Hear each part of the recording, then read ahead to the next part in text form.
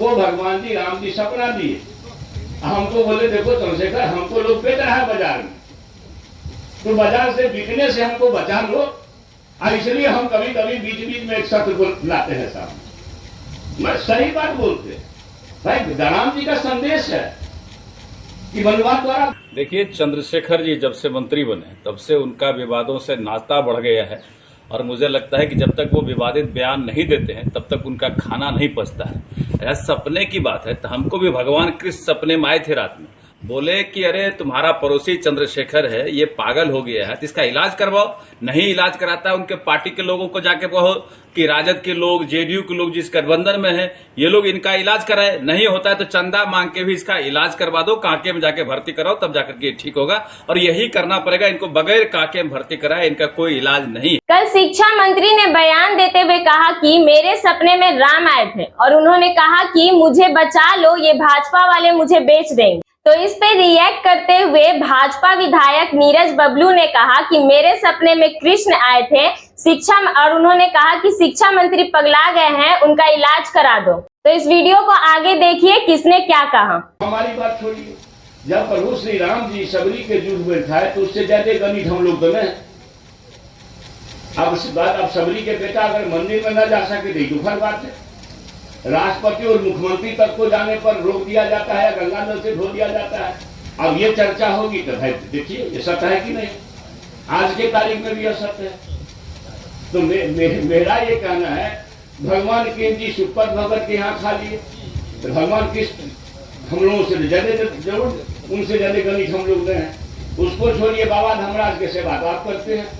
वो हरिया डोम उदय सौ दुमाल ज्योति पासवान मीरा साहब मुस्लिम देवता पूजा आपके घर में करा दिए।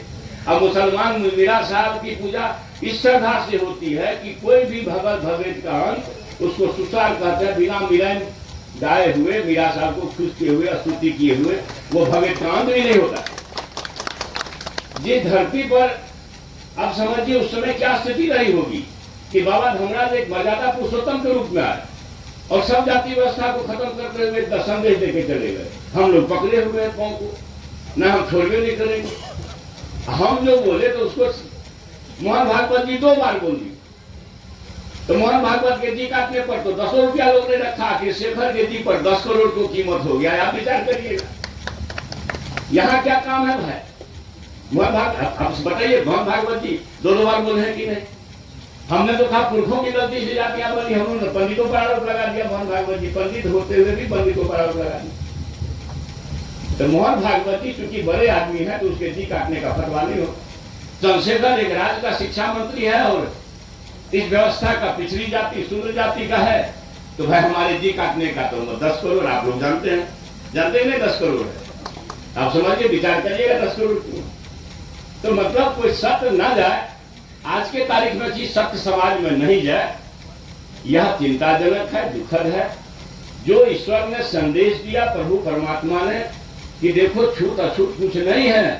भगवान राम जी, मेरी समझ है, मैं शिक्षक हूं, कि जाति व्यवस्था से कुपित थे। वो समझे होंगे कि भाई हम अगर खा लेंगे तो दुनिया खाने लगेगी, मगर भगवान जी को लोग अकेले छोड़ दिया। उनका आचरण करता नहीं है, उसका कर्म करता नहीं है, खाली धूपबत्ती तो दिखाते हैं। तो धूपबत्ती दिखाने से भगवान जी खुश होंगे नहीं। हमको भगवान जी राम जी सपना दिए, हमको बोले देखो चंद्रशेखर हमको लोग बेच रहा है बाजार में, तो बाजार से बिकने से हमको बचा लो। और इसलिए हम कभी कभी बीच बीच में एक सत्र को लाते हैं सामने। मैं सही बात बोलते हैं भाई, राम जी का संदेश है कि वनवास द्वारा बनाएगा छूट सबरी के जूठे बैठ खा रहे हैं, वो समाज बना लीजिए। फिर भारत को कोई मायका लाल नहीं रोक सकता, अमेरिका बच रहा है पछाड़ने में कामयाब होगा। मैंने खाली राम जी का वह देश तो बना दीजिए जो राम जी चाहते थे। सब जाति भला धर्म बेकार है, पुरखों की गलती से हो गई। अब बाबा धर्मराज को तो ज्यादा दिन नहीं हुआ, केतली बन का कहानी तो मुश्किल से 200-300 वर्ष हुआ हो। सब लोग जानते हैं कोसी सीमांचल में ही भगवान जी चलते हैं धर्मराज जी। धर्मराज जी से बड़ा दर्शन है कुछ क्या? हरिया डोम तक को बेचारा वहां जा करके पंगत लगाए। तो हम धर्मराज को धूपबत्ती दिखाते हैं, भगवान कृष्ण जी को धूपबत्ती दिखाते हैं, भगवान राम जी को धूपबत्ती दिखाते हैं, और फिर उनका किया हुआ नहीं करते हैं। इसलिए भगवान जी कुपित होते हैं, आपको समय पर बरखा नहीं मिलता, भगवान जी कहेंगे देखो तो हमको ही ठग रहा है, हमको ही बाजार में बेच रहा है। तो जरा अगर ये बाजारू लोगों से हमको बचा लो तो बड़ा कल्याण होगा धरती का। तो हम कोशिश में लगे हुए हैं, पता नहीं वो कोशिश में कामयाब होंगे कि नहीं होंगे, ये तो समाज के विचार पर छोड़ता हूँ। मगर एक बात कहता हूँ पुनः एक वेदना के साथ कि शिक्षा ही जीवन, समाज, राज्य और देश के अंधकार को दूर कर सकता है। शिक्षा ही ऐसी चीज है जो दुनिया में एक अलग पहचान भारत को दिला सकती है। इसलिए ज्ञान की भूमि भारत, जो हमारे पुरखों का, महान पुरखों की भूमि रही है, इस भूमि को अपनी विरासत को प्राप्त करने में सर्वश्रेष्ठ योगदान दीजिए। और शिक्षक पर बड़ी जिम्मेवारी है। और रहा आपके सम्मान की बात, आपको पता है कि चंद्रशेखर से कभी आप अपमानित होने वाले नहीं हैं। कोई सिरफिरे लोग आएंगे, कुछ कह के जाएंगे, उसका ख्याल भी नहीं करिएगा। वो सरकार का कोई संदेश भी नहीं होता। सरकार का संदेश माननीय मुख्यमंत्री जी या विभाग के शिक्षा मंत्री के माध्यम से जाता है। अब कुछ अलग अलग तरह के लोग आप लोगों में भी होते होंगे, कुछ कह देते होंगे, तो उस पर ना जाइए।